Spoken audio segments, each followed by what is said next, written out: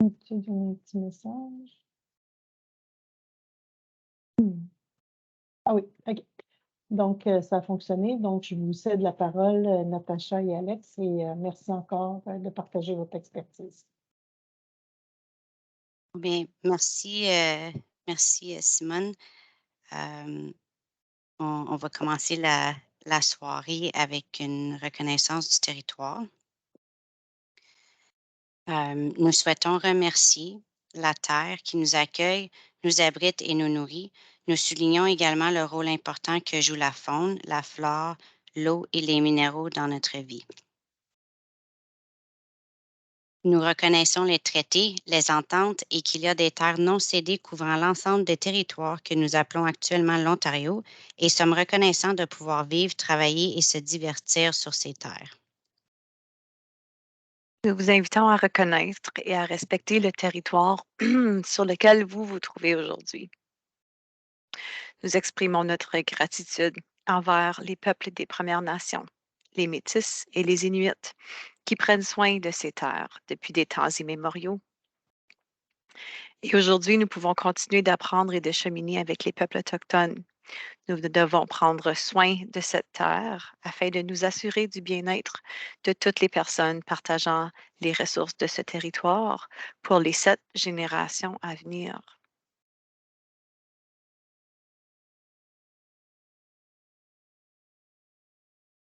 Vu que c'est la semaine de la reconnaissance des traités aussi, j'aimerais souligner que vous pouvez utiliser les reconnaissances des territoires comme outil d'enseignement dans vos salles de classe. Euh, Puis vous pouvez insérer ça, inclure ça dans plusieurs programmes cadres, hem, surtout quand on parle de la faune, de la flore, l'eau, les minéraux, la géographie aussi. Donc, c'était juste un petit à côté.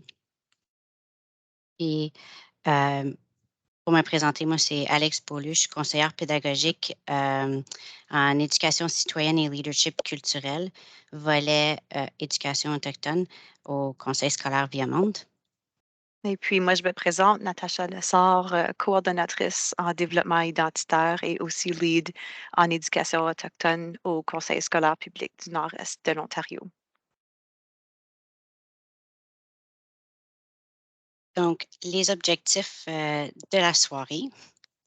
Natacha, Donc, c'est toi le oui, pour commencer la soirée, on va vous expliquer un petit peu pourquoi une CAO. Premièrement, une CAO, c'est les communautés d'apprentissage de l'Ontario euh, qu'on retrouve dans les environnements d'apprentissage virtuel de nos différents conseils scolaires, le EAV. Donc, plusieurs communautés d'apprentissage existent justement pour faciliter le partage entre les conseils scolaires. Donc, cette CAO ici a été créée pour répondre justement à une demande d'appui du personnel enseignant et sa création a été mise sur pied par le CODELF, donc le Conseil ontarien des directions de l'éducation de langue française, en collaboration avec le Centre franco. Et puis, la création de cette CAO va nous, nous, nous permettre de comprendre un peu où on se situe sur le continuum de la compétence culturelle, parce que nous sommes toujours en apprentissage et puis on peut être à différentes places dans notre apprentissage par rapport à différents enjeux aussi. Donc, on va vous présenter aussi les documents ministériels sur lesquels on s'est fondé pour créer la CAO. Puis, dans la CAO aussi, pour ceux qui sont pas trop sûrs qu'est-ce qu'on veut dire par là, là, c'est ça, c'est une communauté, d'apprentissage, là, en ligne qui s qui est présente dans votre EAV. Il y a aussi dans la CAO, il y a des ressources. Il y a des partages, d'exemples provenant de différents conseils scolaires qui ont partagé avec nous. Il y a puis on va passer à travers, il y a aussi des documents concernant, les stéréotypes et les préjugés dans les ressources. Puis quand on parle de ressources, on parle de toutes sortes de ressources, que ce soit des ressources pédagogiques ou des œuvres littéraires, par exemple, dans les salles de classe. Et comment il y a dans les documents qui sont présentés aussi, ça aide les gens, tous ces documents-là, cette CAO-là, aide les gens ou les guides dans leur manière de gérer, par exemple, ces stéréotypes-là qui pourraient être présents dans les ressources qu'on a en salle de classe et s'assurer d'avoir une salle de classe qui représente ou qui a des ressources inclusives aussi et comment gérer les préjugés aussi dans les ressources. Donc, voici un petit menu de la soirée ensemble, passé ensemble. On a déjà fait notre introduction. On a une amorce à vous faire vivre dans les prochaines minutes et ça va requérir un petit travail de votre part et un partage. On va aussi vous donner l'historique de la CAO un peu plus détaillé. Donc, l'historique, le pourquoi, et puis on va vous expliquer en détail aussi comment aller trouver la CAO à partir de votre propre EAV au sein de votre conseil scolaire.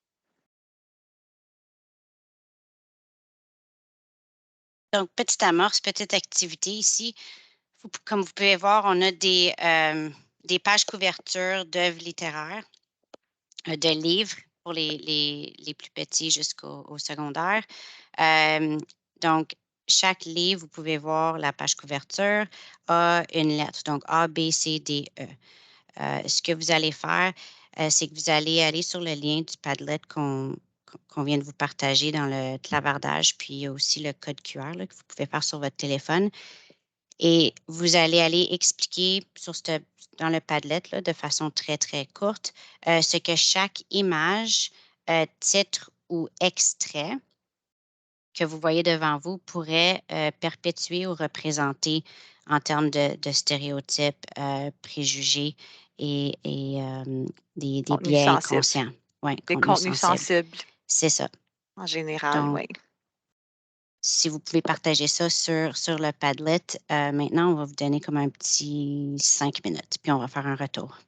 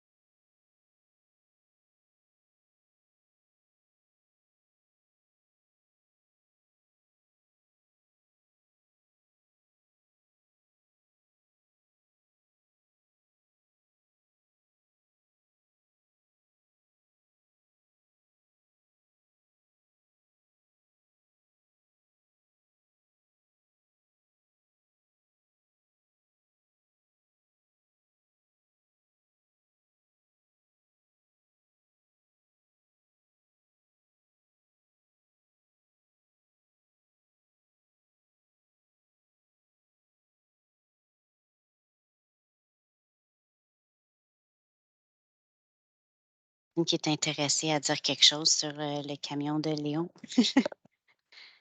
C'est vrai.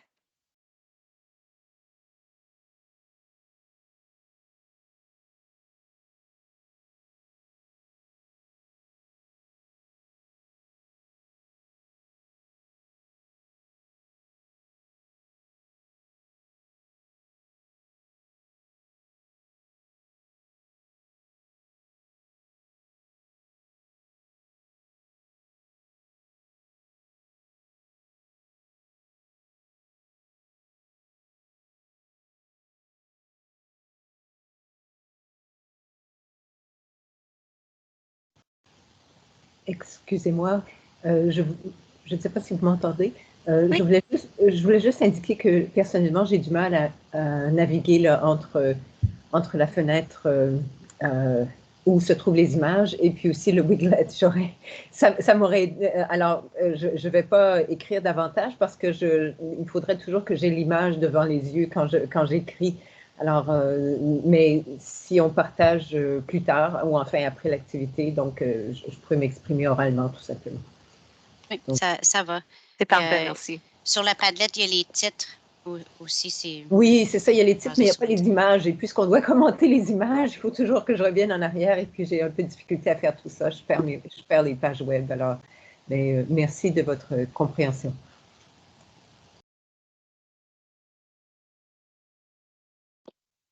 Natacha, tu veux-tu commencer le retour maintenant? Oui, absolument. On peut faire un retour. Donc, merci beaucoup pour votre partage. Chloé joue à faire le ménage. C'est un stéréotype sexiste, bien entendu. On voit une petite fille qui fait le ménage et en plus, le seau est rose. Les images sont roses. Elle est blanche aux cheveux blonds. Donc, c'est une représentation très typique aussi. Elle se comporte comme une adulte, pourtant elle n'est qu'une enfant aussi. Oui, donc c'est un exemple de l'agisme lorsque on force un enfant à agir plus âgé qu'il ne l'est. Le camion de Léon, bien, encore une fois, c'est un camion visé pour les petits garçons. Encore une fois, le petit garçon, il est blanc. Sur la couverture, donc pas très accessible. Et je ne sais pas si vous avez remarqué les titres des séries, mais c'est petites filles et petits garçons, donc ça catégorise vraiment beaucoup les enfants aussi. Donc, on les fait presque choisir leur genre, même s'ils sont indécis. Donc, petite fille, ménage, petit garçon, camion. C'est ça. On s'amuse, on joue. Puis la petite fille, elle a non seulement sa planche à repasser, mais aussi son chariot avec son seau et sa vadrouille. Pour Martine, petite maman, j'ai trouvé ça intéressant. Vous avez dit on pourrait lui donner plus que son âge, c'est vrai. Elle a vraiment l'air d'une jeune femme. Et puis, lorsqu'on encourage les petites filles à jouer à la maman, les études le prouvent qu'on place immédiatement des limites sur les objectifs personnels et elle développe dès un jeune âge des biais inconscients qui les empêchent de cheminer au niveau académique. Histoire de pirate à lire avec mon petit garçon, le titre limite l'auditoire. Donc, encore une fois, l'auditoire des garçons rattachés aux pirates est dans le titre. Donc, le stéréotype est même pas, est même pas un biais inconscient. Il est très conscient, il est dans le titre. Et puis, on a mis un extrait de Cheval indien parce que c'est quand même une ressource qui a du contenu sensible, mais qui est utilisée dans les écoles secondaires de la province. Donc, ceci, c'est un extrait de ce qui aurait à être géré en salle de classe par l'enseignant, par le personnel de l'école. Il était mon ravisseur, le gardien de mon innocence. Il s'est servi de moi. Je me sentais haineux, aigri et brûlant. Ça peut être très difficile à lire pour des élèves qui auraient peut-être vécu des événements traumatisants dans leur vie. Des abus. Oui. Donc, c'est ça. C'était pour vous montrer que, faut s'assurer que les ressources dans nos salles de classe représentent aussi les jeunes, la diversité de nos salles de classe, puis qu'on évite de seulement avoir des ressources, des œuvres littéraires qui perpétuent, par exemple, des biais inconscients, comme des stéréotypes de genre. Puis, c'est ça, celui du cheval indien, c'était un exemple plus au niveau du secondaire, puisque nos écoles francophones, il y en a plusieurs qui lisent cette œuvre littéraire-là. Donc, il faut être conscient justement que si on aurait peut-être des élèves dans la salle de classe qui souffrent de traumatisme intergénérationnel ou qui ont subi certains abus, que ça pourrait être déclencheur.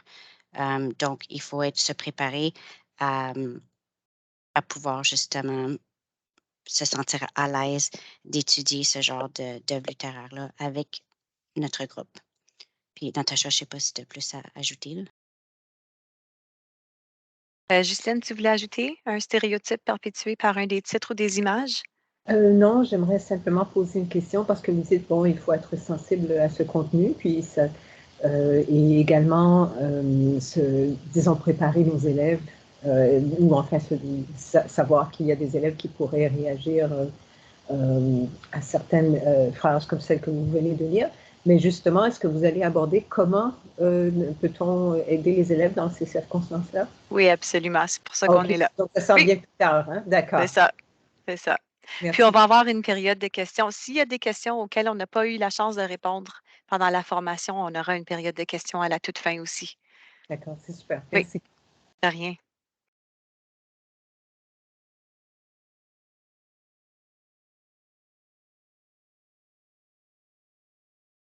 Mon micro. Puis ça revient encore au fait où est-ce qu'on doit porter un œil critique sur les ressources qu'on offre en salle de classe, ce qui est affiché dans notre salle de classe, et d'être très conscient de qu'est-ce qui est perpétué dans ces ressources-là, par ces ressources-là, puis qu'est-ce que nos élèves voient ou quel message est-ce qu'ils reçoivent. Donc, porter un œil critique. 2, se familiariser avec le contenu de toutes les ressources étudiées ou utilisées avec les élèves.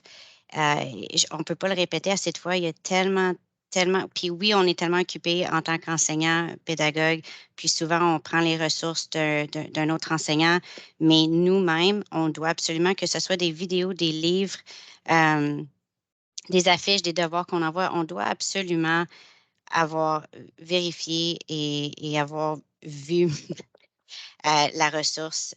Je ne dis pas de l'étudier en détail, mais je veux dire avoir fait au moins un minimum de recherche sur qu'est-ce que vous allez présenter à vos élèves, surtout quand ça vient des vidéos ou les ressources, les élèves qui sont plus vieux, là, des études de romans, des études d'œuvres littéraires. Il faut s'assurer aussi de bien comprendre et de prendre en compte le profil de notre classe, nos élèves. Il y a peut-être une œuvre littéraire que vous avez utilisée l'année d'avant avec un certain groupe, mais peut-être que votre groupe cette année, ce n'est pas une œuvre que vous devriez présenter à votre salle de classe. Puis, c'est important aussi de partager ça avec nos élèves, d'être humble et si on se pose une question à propos d'une certaine ressource, mais posez-vous la question peut-être à voix haute ou à vos élèves aussi, comme est-ce qu'on devrait continuer à utiliser ça? Pourquoi pas? Qu'est-ce que ceci représente pour vous, là, le passage qu'on vient juste de lire, pour qu'eux puissent aussi développer un œil puis une pensée critique à cet égard. Puis, juste un petit à côté aussi, il est important de reconnaître que chaque conseil, école, membre du personnel est responsable de gérer ses ressources. Donc, chaque école, chaque conseil aurait peut-être une manière différente aussi de gérer des ressources à contenu sensible. Donc, peut-être demander, vous tenir au courant s'il y a un processus à cet égard ou s'il y a une certaine liste à quelque part.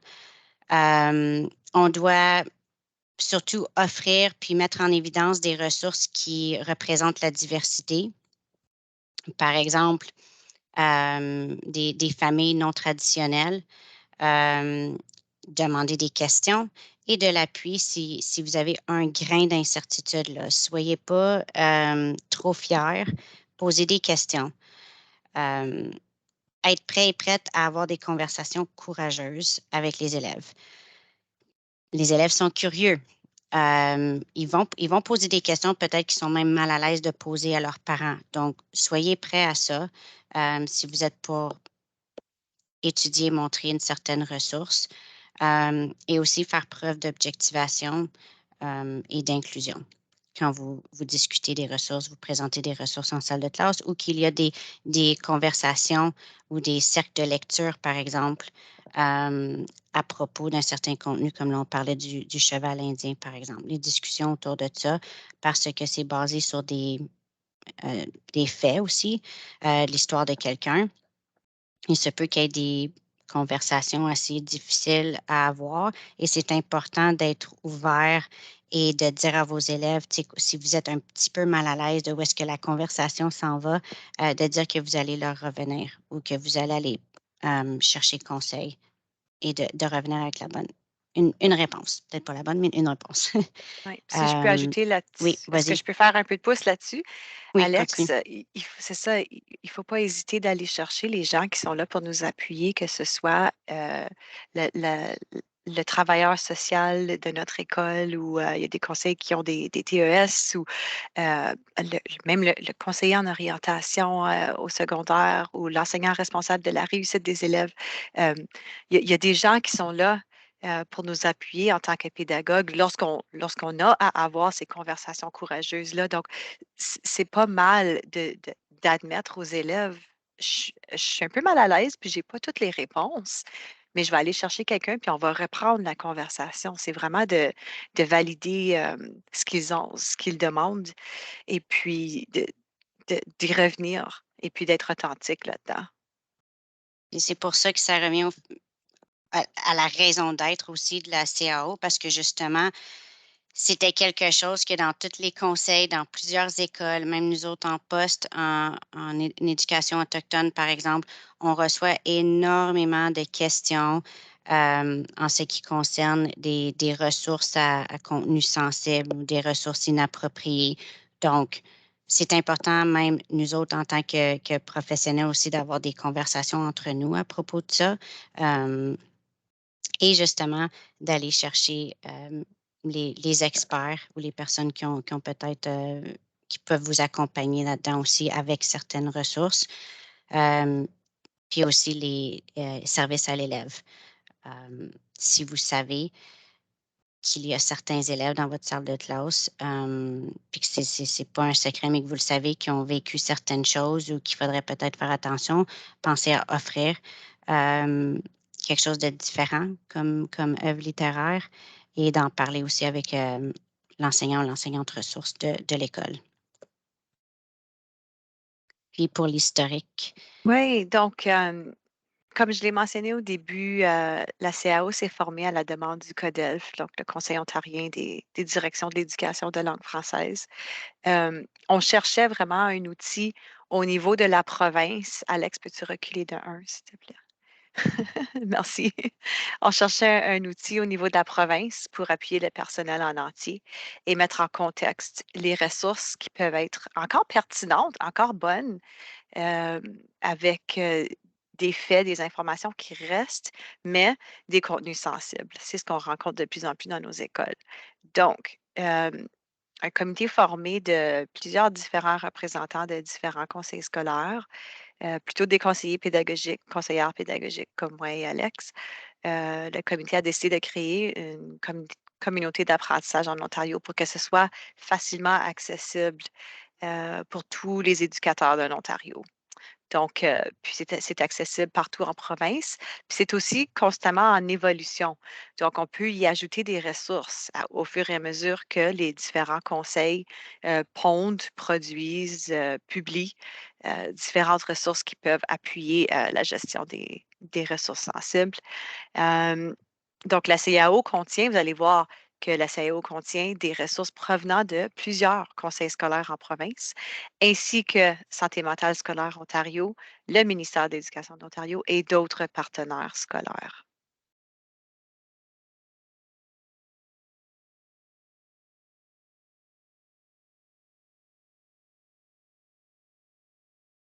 donc, on va vous donner quelques minutes pour essayer d'aller trouver la CAO parce qu'il y en a que les EAV sont un petit peu plus bourrés ou occupés que d'autres.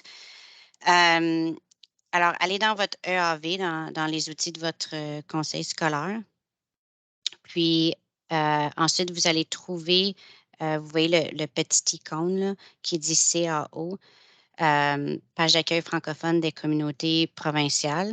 Vous allez cliquer là-dessus. Et ensuite, vous allez être capable de trouver en bas, on a mis une petite capture d'écran de la photo des contenus, ressources, gestion des ressources à contenu sensible. Puis, quand vous avez trouvé ou vous êtes dedans, vous pouvez nous le signaler. Dans le clavardage, s'il vous plaît.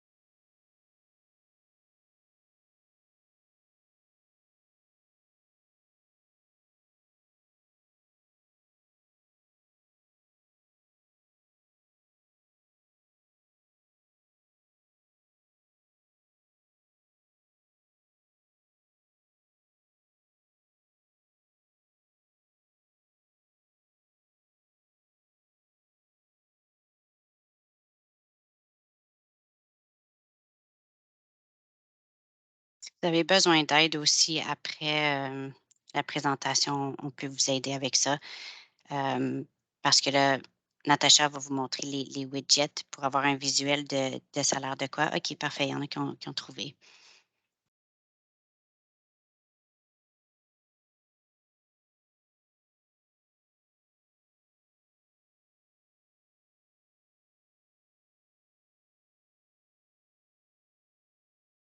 Selon les gens ont trouvé.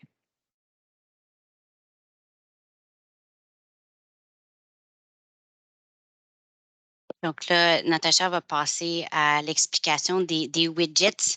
Puis les widgets, euh, c'est juste les icônes. Moi, je trouve ça drôle, ce mot-là. Mais en tout cas, les widgets, c'est juste les icônes, les boutons qu'on appuie dessus pour accéder à certains documents. Donc, les gens qui ont des difficultés d'accès, on va rester en ligne à la fin, puis on va essayer de vous aider autant que possible. Donc, la CAO est divisée en 3 widgets d'accueil. Donc, 3 sous-thèmes, si vous voulez, 3 grandes sections. Les documents ministériels sur lesquels on s'est fondé. Les nombreuses ressources fournies par tous les conseils de la province et certaines précisions au sujet de stéréotypes souvent retrouvés dans les ressources et encore plus de façons qu'on peut se ressourcer en tant que pédagogue et gérer l'utilisation de ces ressources. Donc, le widget numéro 1, les documents ministériels qu'on a utilisés pour créer la CAO, c'est la stratégie ontarienne d'équité et d'éducation inclusive. On s'est aussi penché sur faire croître le succès pour assurer un coup d'œil inclusif, encore une fois, à nos pratiques pédagogiques et d'évaluation. Et puis, bien entendu, un de mes documents préférés, portée et enchaînement des attentes et contenus dans les perspectives des Premières Nations, des Métis et des Inuits, qui date quand même assez, mais qui est encore, pertinent pour plusieurs des contenus, des attentes et des contenus au niveau des curriculums. Donc, la ressource, c'est vraiment, ça donne des idées de comment inclure les perspectives autochtones dans les différents programmes cadres. Là. Il y en a un, il y a portée et enchaînement première année à 8e année et il y en a un pour de la 9e à la 12e année.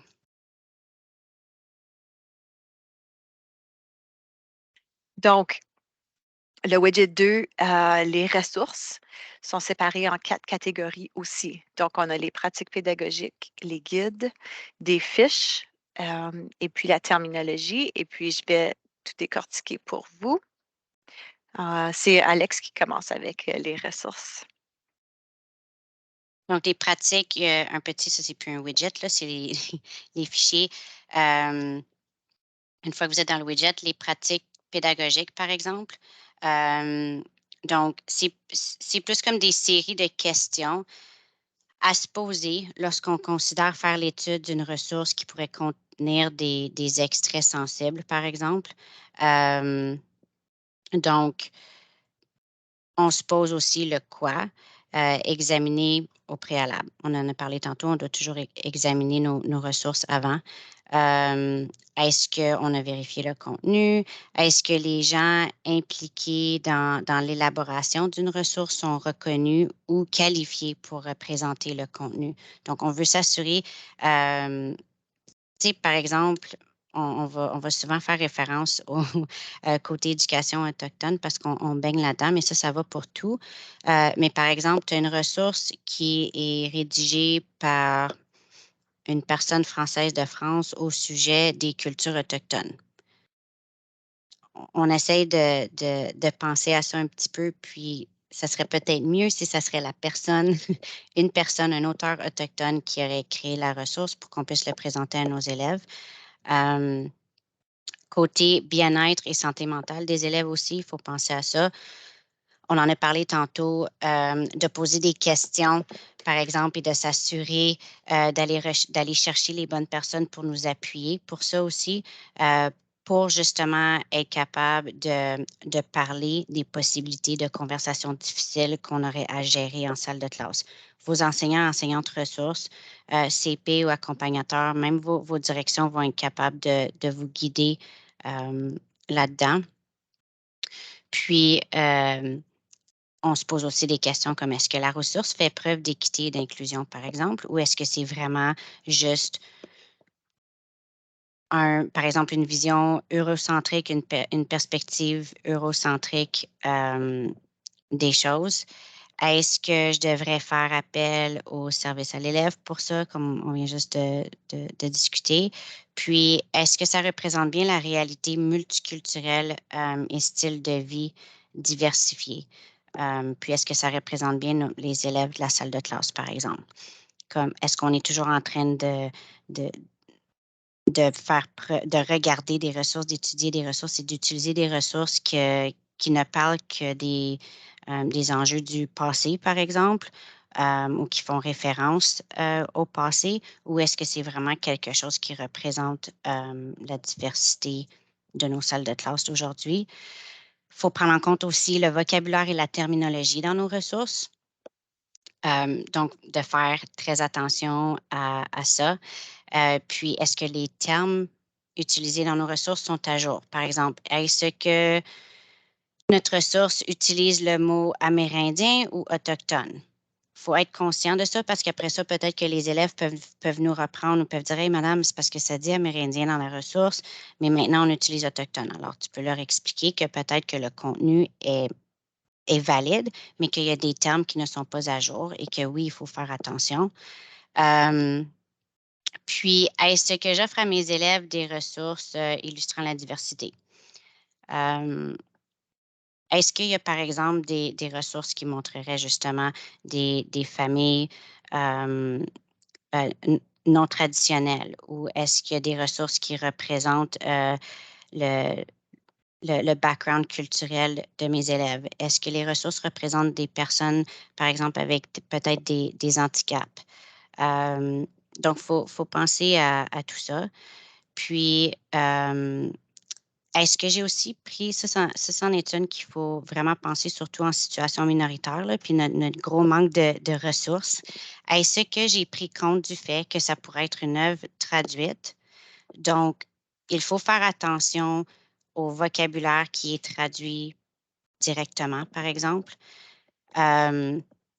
Parce qu'on le sait, surtout hors contexte, où on sait que peut-être que souvent, ça ne prend pas en compte le contexte de la ressource. Donc, un autre exemple, ça serait indigène. On ne dit plus amérindien, on ne dit pas indigène, on dit autochtone. Parce que indigène, c'est un terme qu'on utilise pour les plantes, par exemple. C'est une plante indigène à l'Ontario. En anglais, on dit indigenous. Alors, il se peut que vous mettez la main sur des ressources qui parlent des peuples autochtones comme étant des indigènes. Alors là, vous amenez la correction vous-même parce que peut-être que le contenu est bon. Donc, il faut s'assurer de vraiment, vraiment regarder ça parce que les élèves, les parents, surtout s'ils reçoivent ça à la maison, puis que ça n'a pas été corrigé ou que vous n'avez pas envoyé une petite note, tu ne sais pas qu'est-ce que ça pourrait faire Pourrait et qui s'offusquer. ça pourrait insulter, oui. Mhm. Même chose avec le mot native en anglais. Native, ça veut dire indigène, mais on ne l'utilise pas en français, pas en Ontario, en tout cas. Donc, je vais passer à la prochaine, à moins que Natacha, tu aurais quelque chose à ajouter, là. Non, il y en a plusieurs d'autres séries de questions. Ça, c'était C'est juste ça. deux petites captures d'écran, mais il y a plusieurs documents avec des questions qu'on peut se poser par rapport à nos ressources. Donc, je vais vous encourager d'aller fouiller lorsque C'est vous ça. aurez la chance. Puis, n'oubliez pas aussi que ça, c'est toutes des suggestions parce que la CAO, justement, c'était parti pour être quelque chose qu'un document, un document, justement, qui allait être rédigé pour tous les conseils, mais à cause de la réalité tellement diversifiée de chaque conseil francophone en Ontario, c'était impossible de faire ça, puis on ne peut pas imposer une certaine manière de faire les choses non plus sur les conseils. Donc, c'est vraiment juste c'est des documents partagés qui donnent des idées, qui nous aident à réfléchir. Donc, sous les guides, l'onglet Les guides, on va retrouver justement d'autres exemples, comme des petites checklists, des listes de vérification, par exemple, concernant des questions qu'on vient juste de se poser, puis aussi des outils à l'aide à la décision en matière de santé mentale dans les écoles, par exemple, parce que ça peut venir appuyer aussi des conversations difficiles qu'on pourrait avoir avec nos élèves. Il y a la trousse d'outils pour les alliés aux luttes autochtones. C'est un vraiment beau document. Et comme vous voyez, il y a aussi d'autres conseils scolaires qui ont contribué à partager de leurs exemples pour la sélection des textes, par exemple, des ressources dans les écoles. Par rapport aux fiches, ce sont des fiches plus précises pour faire la mise en contexte d'une ressource en particulier. Donc ici, on a mis un exemple de Jeanne-Fille Duroy, mais c'est des fiches qui pourraient être utilisées au sein des secteurs, si on parle du secondaire, donc le secteur d'English, le secteur de français, etc. Une fiche qu'on pourrait remplir avec justement des avertissements ou des pistes d'activités pédagogiques à proposer pour faire la gestion de la ressource. Si on a une série de classes de Jeanne-Fille Duroy, est-ce qu'on s'en sert plus ou est-ce qu'on la met en contexte? Donc, voici des exemples de fiches, encore une fois, partagées par les conseils scolaires qui en font déjà utilisation pour faire une certaine analyse par un responsable d'unité administrative ou un chef de secteur ou encore un conseiller pédagogique au conseil, dépendant bien entendu de, de comment votre conseil fonctionne par rapport C'est ça. à la pédagogie au secondaire. Et il y a aussi des exemples, celui-là, je le trouve vraiment intéressant, il y a des exemples d'étiquettes qu'on peut imprimer et coller sur certaines ressources ou livres. Donc, on peut même partager avec nos bibliotechniciens, nos bibliotechniciennes dans nos écoles pour dire, j'ai trouvé un livre qui dit amérindien, est-ce qu'on peut mettre un collant, s'il vous plaît, d'avertissement? Parce que c'est ça, parfois le contenu est encore pertinent, mais la terminologie ne l'est plus.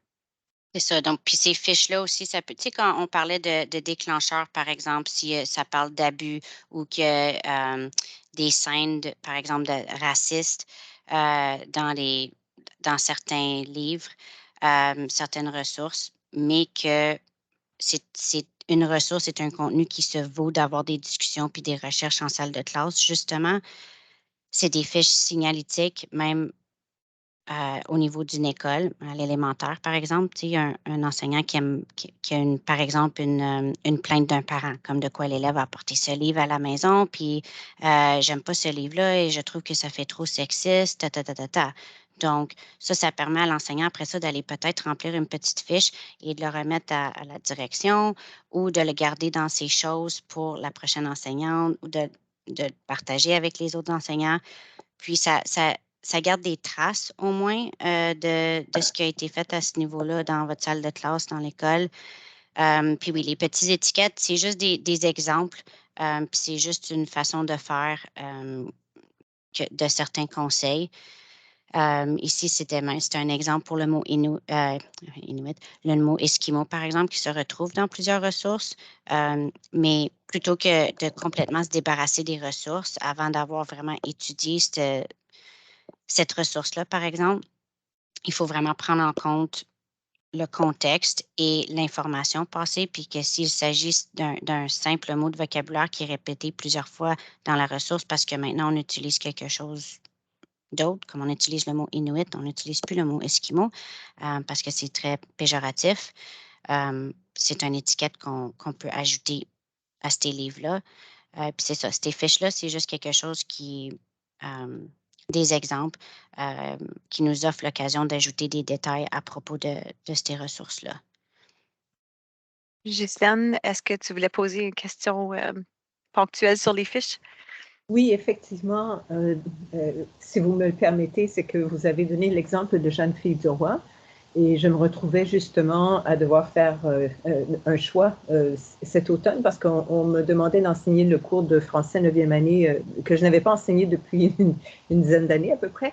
Et donc, mes collègues utilisaient ce livre. Alors, moi, j'ai plutôt pris la décision de ne pas l'utiliser à cause des termes et puis d'une perspective assez négative des peuples autochtones que l'on retrouve dans ce livre-là.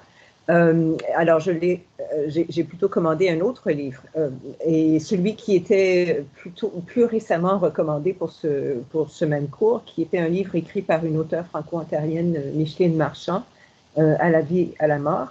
Et effectivement, elle utilise un vocabulaire qui était utilisé à l'époque où elle a écrit le livre, mais elle utilise aussi le mot autochtone, c'est simplement qu'elle utilise aussi amérindien.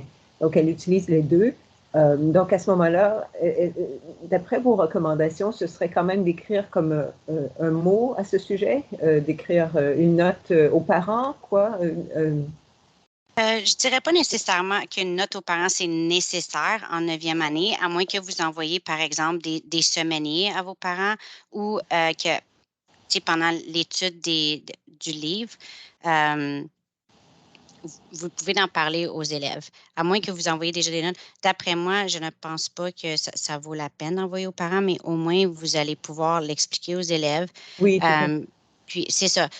Puis, il y a aussi le fait que au Québec, par exemple, il y en a plusieurs qui disent toujours amérindien.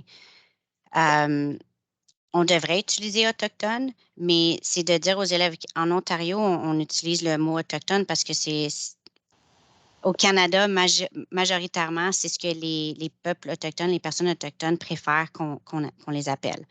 Amérindien, ce n'est pas ce qui est préférable, même s'il y a des gens qui ont pris l'habitude et continuent d'appeler les personnes des Premières Nations métis inuits amérindiens. Donc, c'est vraiment juste de mettre les élèves en contexte, puis de les faire réfléchir sur, OK, ce livre-là a été publié, écrit il y a 10 ans, par exemple.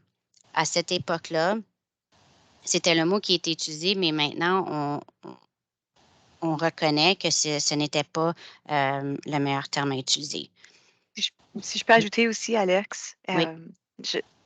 c'est une bonne idée, comme tu dis, de le mettre soit dans le semainier qu'on envoie à la maison ou encore, lorsque j'enseignais en français, je publiais comme un mois, là, un calendrier des lectures, comme quel chapitre pour quel jour. Puis là-dessus, ce serait une super belle occasion de partager une petite phrase là, en bas, en dessous, en italique, là, pour dire la terminologie, blablabla. Bla, bla, bla. Comme ça, on a une version écrite aussi, où ce qu'on a partagé de façon assez formelle avec les élèves, les manquements terminologiques dans la ressource. Une lettre aux parents, je la garderais vraiment pour une ressource qui pourrait être un déclencheur pour les élèves au niveau psychologique. Puis à ce moment-là, je vous encouragerais d'avoir une conversation avec probablement la direction, les adjoints, le conseiller en orientation, etc. Ça se fait, ça se fait. Ça nécessite une mise en contexte par contre. Puis ça s'en vient après la pause aussi, là, les lettres aux parents. D'accord. On a ça aussi. Si vous permettez, peut-être une petite observation, c'est que parmi les personnes qui utilisent le mot amérindien, on a des auteurs autochtones très importants, en fait, qui utilisent toujours ce terme-là, comme George Siwi. Pour lui, c'est un terme important parce qu'il se réfère aux autochtones de toutes les Amériques. Alors, il utilise ça. Mais effectivement, c'est certain que je vais expliquer le contexte qui est relié à ce terme en ce qui concerne la terminologie. Un autre élément déclencheur pour un contenu sensible, c'est la question de la guerre, parce que c'est à propos, par exemple, ce livre est à propos de la guerre de 1812, et on est dans un contexte présentement avec la guerre en Ukraine, et puis on a des élèves qui viennent de différents pays aussi, à Toronto. Je suis aussi avec le Conseil Viamonde, donc qui ont connu la guerre, en fait, parfois. Donc, c'est sûr que ça, c'est un type de contenu sensible, hein, de ce qui est relié à la guerre. J'hésitais, mais d'après les fiches pédagogiques concernant ce livre et qui sont récentes, on indique que, par exemple, que malgré tout, c'est un livre pour les 12 ans et plus et qu'on ne va pas, il n'y a pas de scène trop difficile. Mais quand même, j'imagine qu'il y a quand même des avertissements que je peux donner, puis une discussion aussi concernant la guerre, ce genre de choses, pour sensibiliser les jeunes. Absolument. Oui, absolument. Puis on peut aller chercher l'aide aussi de notre secteur des services à l'élève, l'enseignante ressource ou la travailleuse sociale pour bien mettre en contexte les extraits plus difficiles ou qui pourraient traumatiser. Puis encore une fois, on va vous montrer après la pause il y a une façon d'écrire, une façon, mais il faut communiquer avec les parents. Il faut absolument communiquer avec les parents, les tenir au courant. Puis s'ils ne voient pas tes notes, tes courriels, au moins tu as fait ton travail, tu as communiqué avec les parents, tu as communiqué avec les élèves. Ils peuvent venir te voir ou peut-être que l'élève a un élève qui a passé à travers certaines choses. Préfère parler avec un autre adulte de confiance dans l'école, puis cet adulte-là pourrait t'en parler aussi, puis de toujours essayer de voir si tu as un plan B ou, en parlant de différenciation aussi, d'être capable d'offrir quelque chose d'équivalent en termes de pédagogie puis des attentes de ces programmes cadres pour ces élèves-là. D'accord, ça c'est une bonne observation. Merci beaucoup. Donc, encore le widget 2, pour la terminologie, l'onglet La terminologie, on en a parlé un petit peu. Ici aussi, on peut retrouver différentes ressources qui peuvent venir vous appuyer en ce qui concerne la terminologie préconisée, puis la terminologie peut-être à éviter. Il y a des explications pour ces terminologies-là, donc vous pouvez utiliser ça pour justement faciliter des conversations puis être capable de répondre à certaines questions des élèves ou que les parents pourraient avoir face à certains termes dans vos ressources. Puis ça, c'est des choses que vous pouvez, par exemple, il y a sur Naviguons ensemble.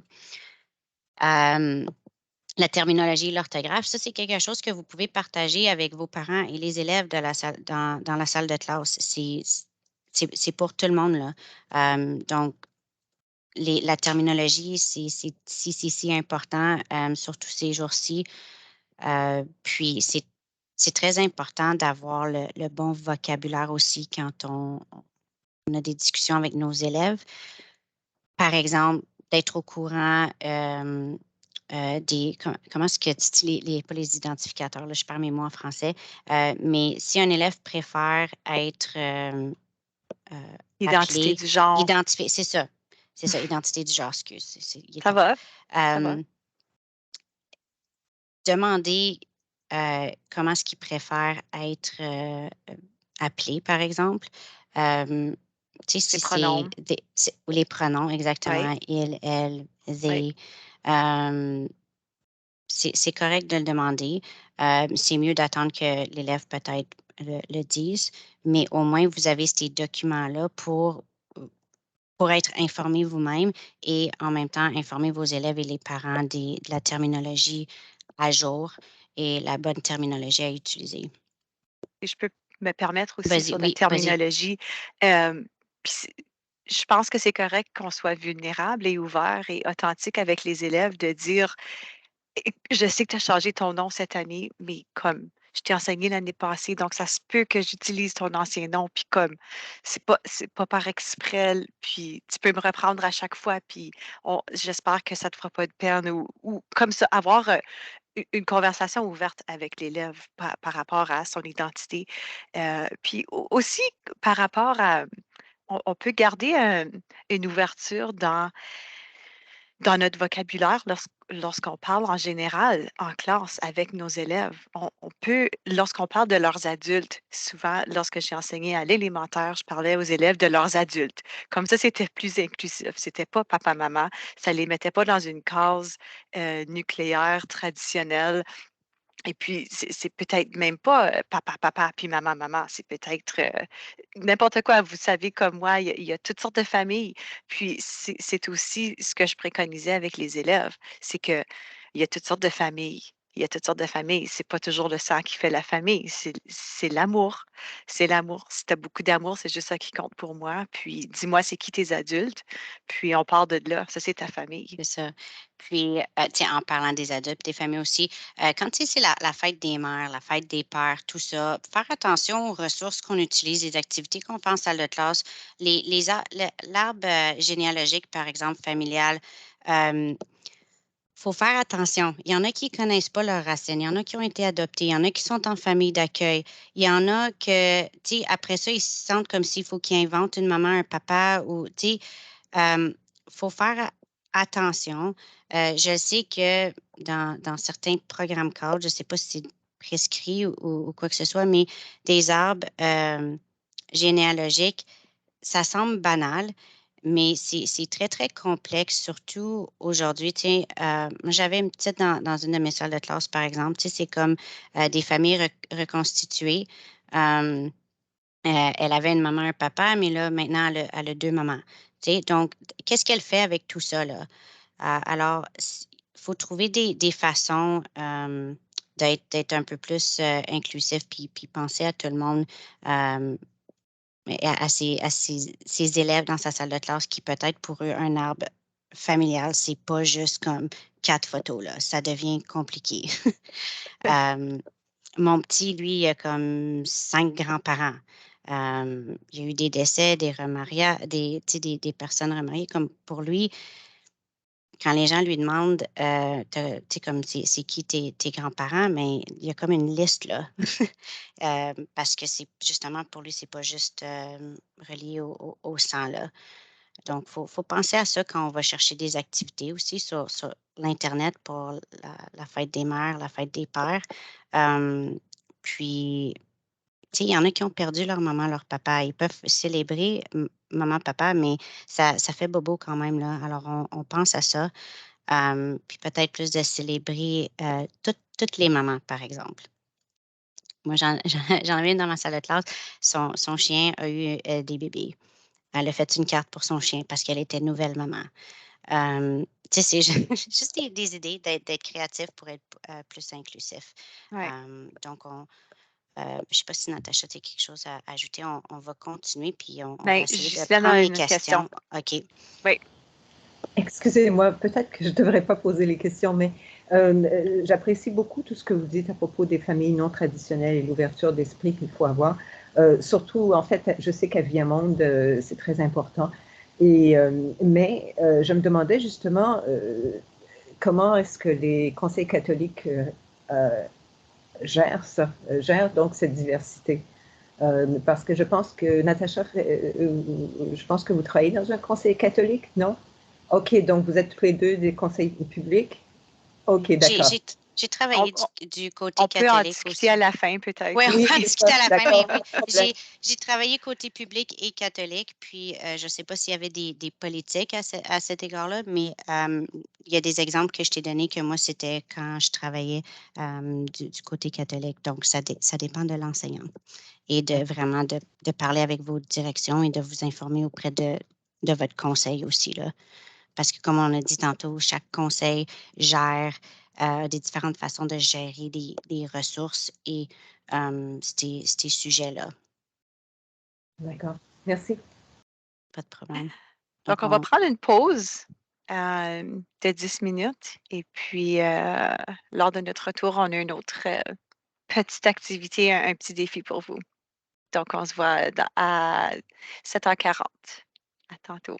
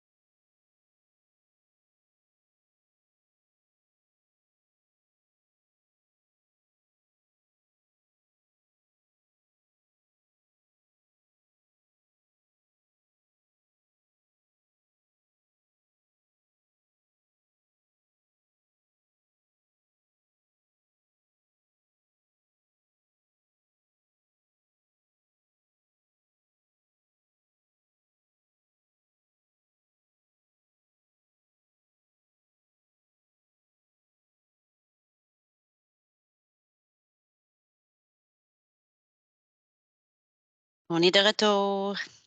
Moi, ça indique 40, alors je ne sais pas. Oui, moi aussi. OK, parfait. Est-ce que vous pouvez nous faire un pouce pour signaler si vous êtes de retour?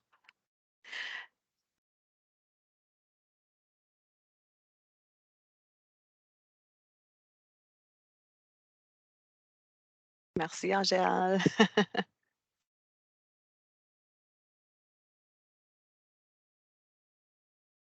Ah, excellent, Claudia.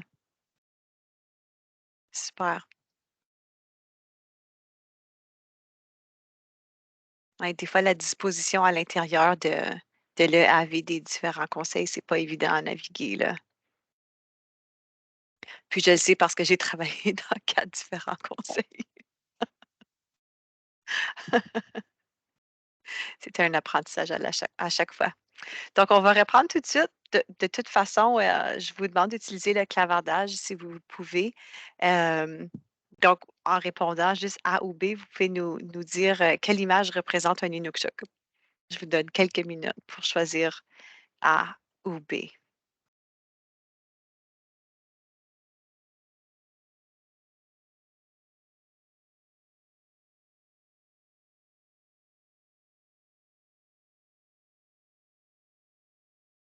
Pas de Googling, là. Mettez-nous ça dans le clavardage. C'est ça.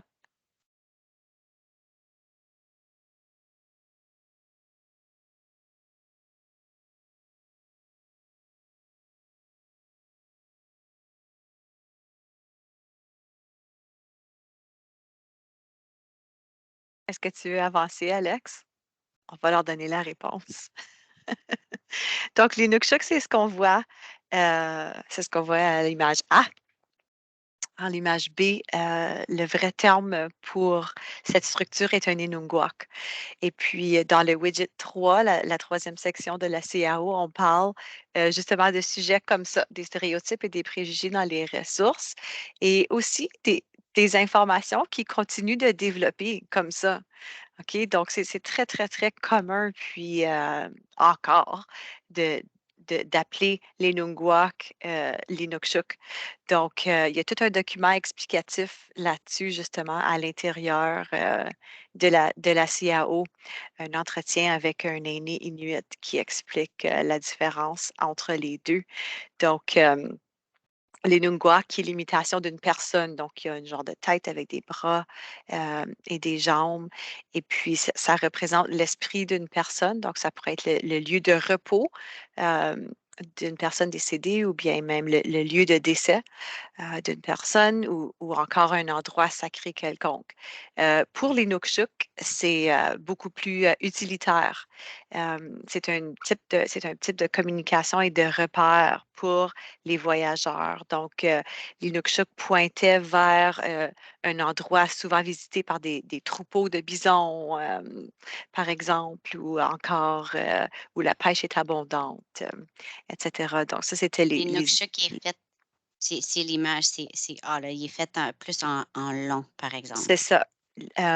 Puis vous allez voir, comme nous, à mon conseil scolaire, lorsqu'on a su cela, on a dû retravailler notre logo d'éducation autochtone. Puis je sais qu'il y a plusieurs conseils scolaires qui sont en train de faire les mêmes modifications pour représenter de façon aussi authentique que possible. Puis c'est correct d'être en mouvement, puis en changement, puis en évolution comme ça, culturelle. C'est ça que c'est faire partie du continuum de compétences culturelles et puis de participer activement à la sécurisation culturelle de nos élèves. C'est de faire nos devoirs, puis d'être toujours curieux, puis pas trop orgueilleux qu'on puisse changer, modifier d'une année à l'autre nos approches et ce qu'on trouve.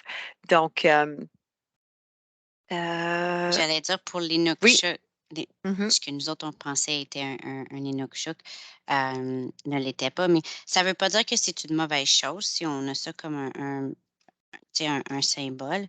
Euh, c'est juste que faut que tu penses à qu'est-ce que tu veux que ça représente, puis il faut que tu parles par exemple, des personnes de cette culture-là pour savoir qu'est-ce qu'eux aimeraient voir de représenter. Qu'est-ce que ça veut dire pour eux? Parce que ce qui se passe, c'est que justement, là, c'est des mauvaises informations qui ont été passées de personne en personne au lieu d'aller directement à la source.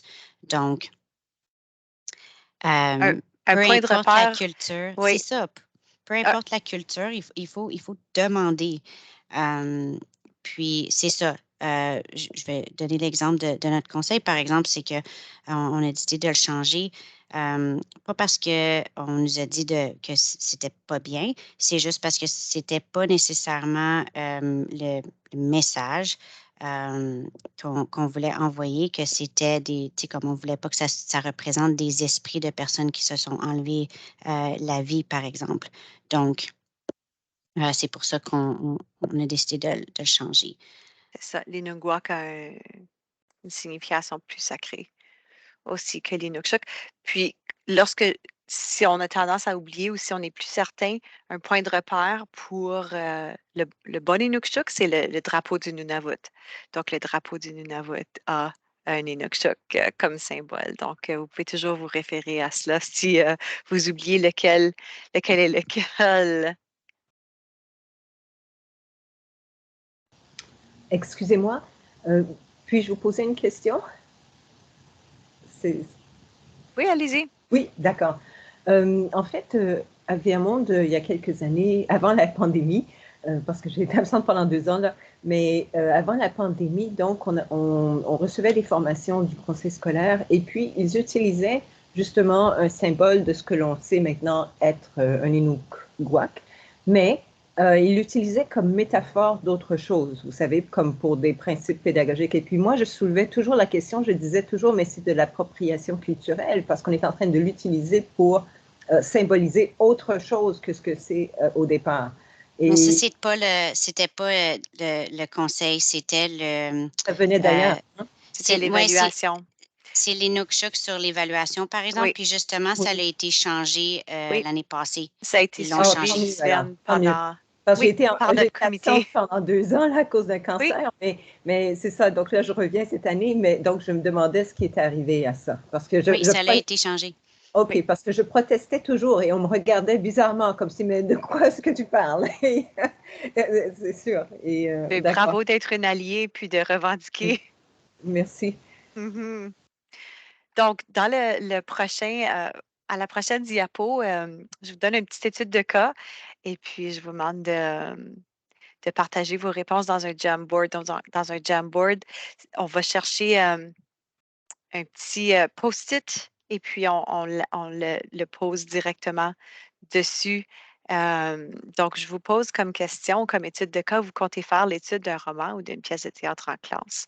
Un des thèmes étudiés est l'identité de genre. Donc, dans ce Jamboard, suggérez des étapes à suivre pour préparer le terrain. Donc, avant l'étude de votre roman ou de votre pièce de théâtre, qu'est-ce que vous pouvez faire en tant que pédagogue pour préparer le terrain? Je vous donne quelques minutes, puis faites-moi savoir si vous n'avez pas accès ou si vous n'êtes pas certain comment vous en servir. Je peux vous guider là-dedans.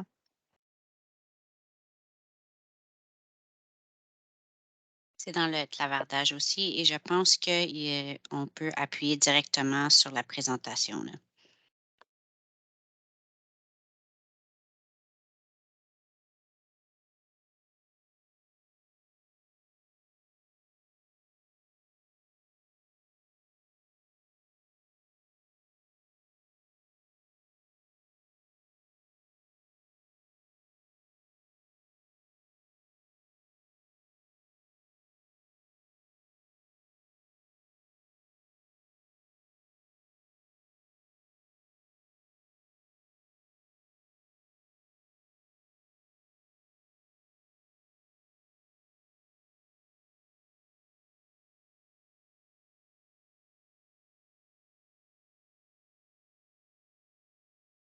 Ghislaine, est-ce que tu avais une autre question ou est-ce que c'est une main ancestrale? C'est une main ancestrale. Le mot ancestral est bien choisi. Oui, c'est ce qu'on utilise en éducation autochtone. C'est parce que je n'ai pas enseigné depuis 2 ans, donc alors c'est ça.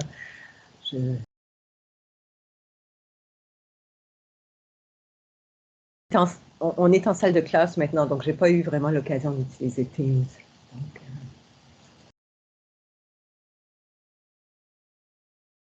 Est-ce que ça va pour le Jamboard? Je ne vois pas trop d'interaction.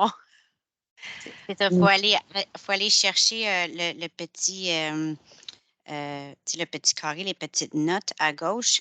On appuie sur ça, puis après ça peut te permettre d'écrire dedans.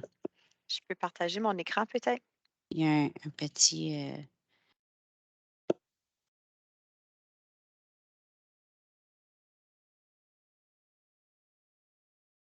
Donc, on clique dans la barre des outils à la gauche, on va trouver Sticky Note. Puis, on clique dessus, il apparaît, on écrit dedans. Moi, je vais écrire invité en classe.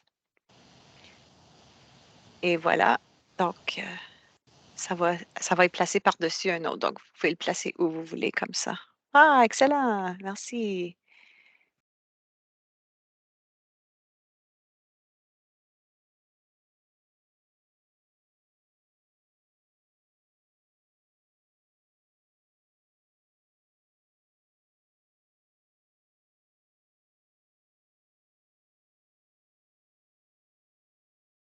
Consulter un CP ou chef de secteur, oui. N'importe qui peut nous offrir de l'appui pédagogique. Peut-être d'autres enseignants aussi qui l'ont déjà lu, non seulement qui en ont déjà fait l'étude, non seulement à l'école, mais peut-être au sein du conseil. Donc, lorsqu'on consulte justement un conseiller pédagogique ou quelqu'un au conseil scolaire, on peut créer des liens entre les écoles du conseil. Ça, c'est un avantage aussi. Connaître le profil de classe, oui, absolument. Donc, on ne lance pas une ressource sensible dès la rentrée. On attend de bien connaître nos élèves et puis bien instaurer ces liens-là de confiance entre eux et nous. Lire la ressource au complet, oui, c'est une de nos responsabilités professionnelles. C'est de lire notre ressource au complet avant de l'étudier. Un invité en classe, oui, absolument. Quelle belle entrée en matière. Et puis, ça pourrait être très sécurisant au niveau de l'identité du genre, des différentes familles, euh, de la, de, de la diversité et puis de la culture. En discuter ensemble avant de les exposer à la ressource, oui, absolument.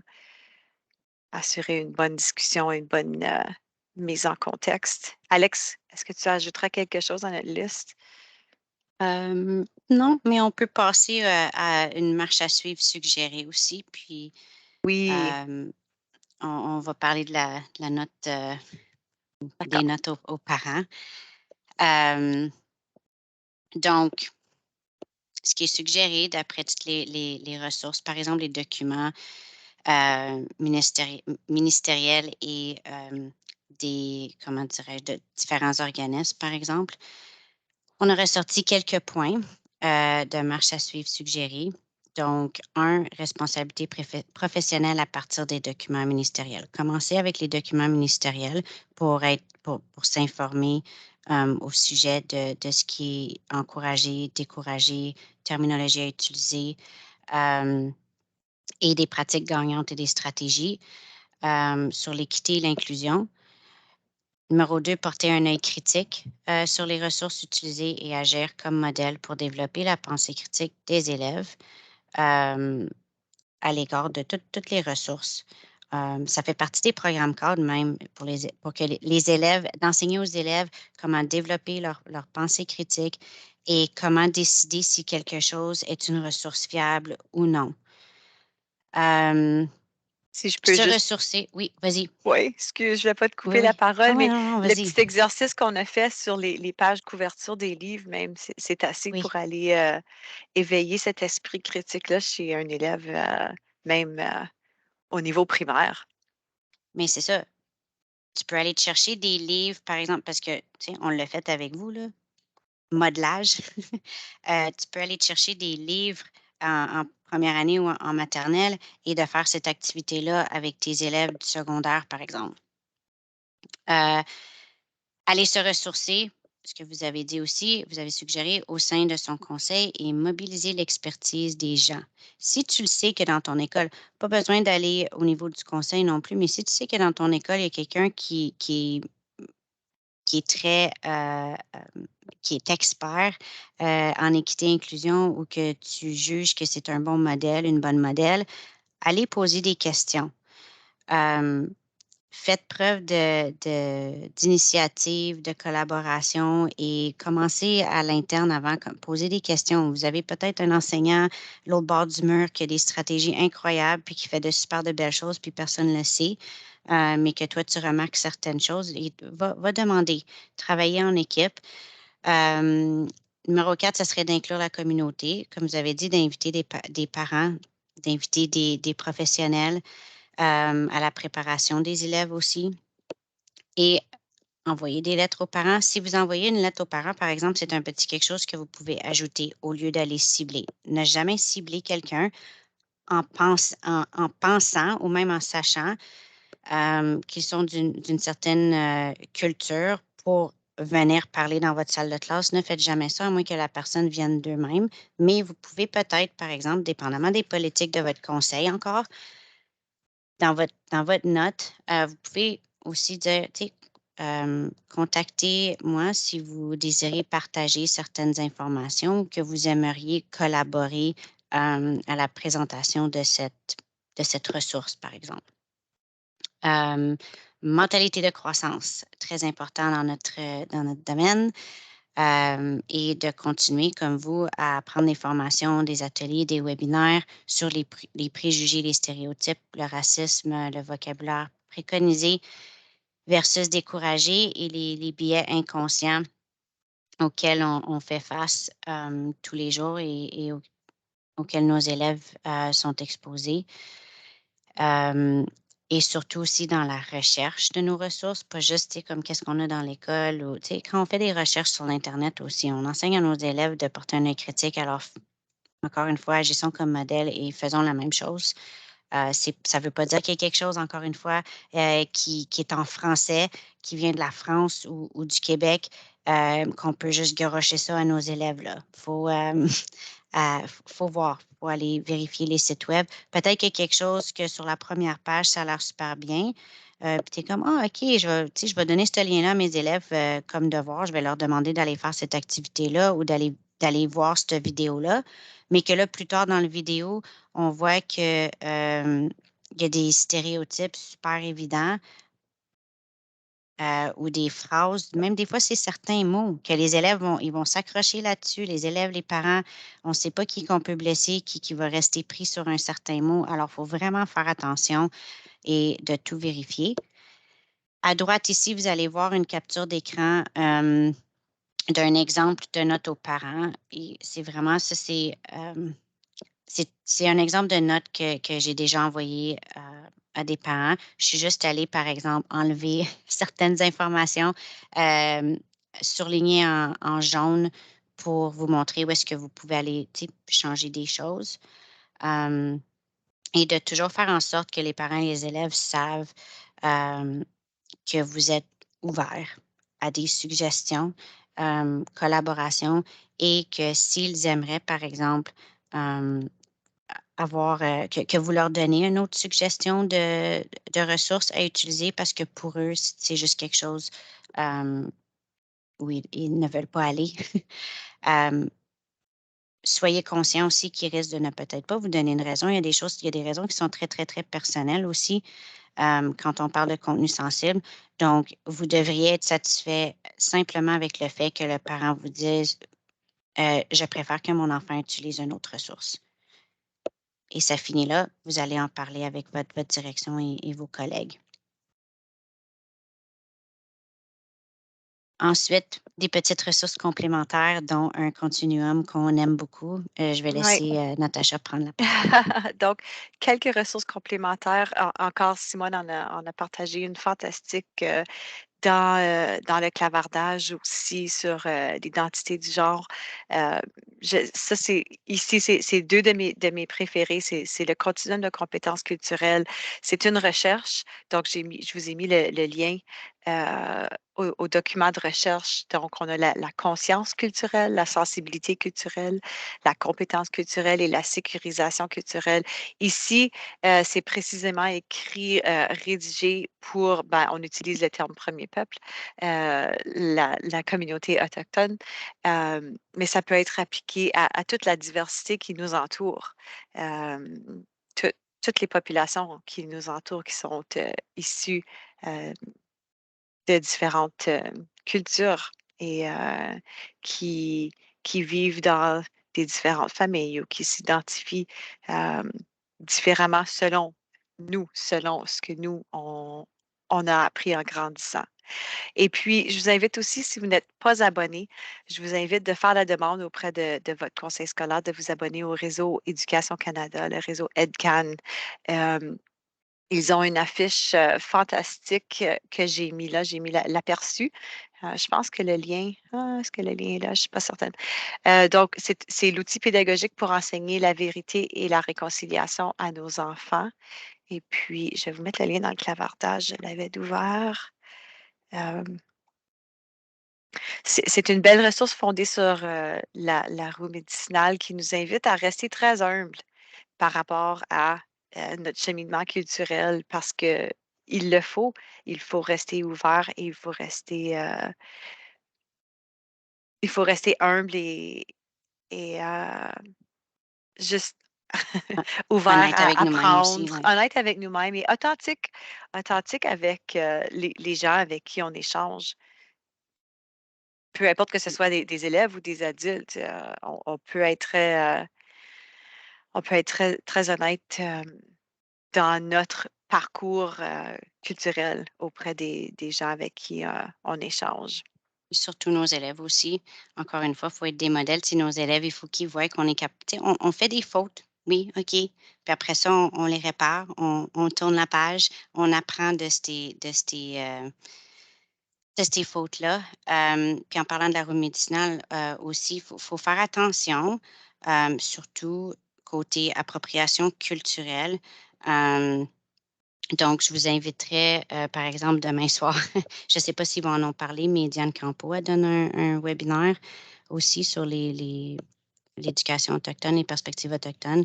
Mais il faut faire attention à ça dans les ressources aussi, puis d'être capable d'expliquer aux élèves, OK, peut-être, il y a des éléments sacrés ici, ce n'est pas à nous de les réutiliser, ça ne fait pas partie de notre culture, mais on peut peut-être s'en inspirer.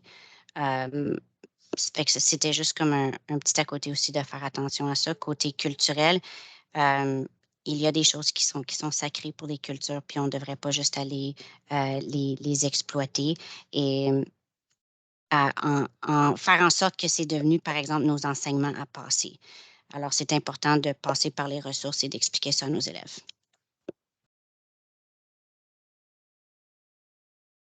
Donc, c'est Donc, tout on est déjà pour ce rendu. soir. Oui, il est Oui. passé 8 heures. Donc, si on veut, je ne sais pas si Simone est encore avec nous, mais si on veut arrêter l'enregistrement puis passer à des questions, qu'on peut adresser des questions qui sont peut-être plus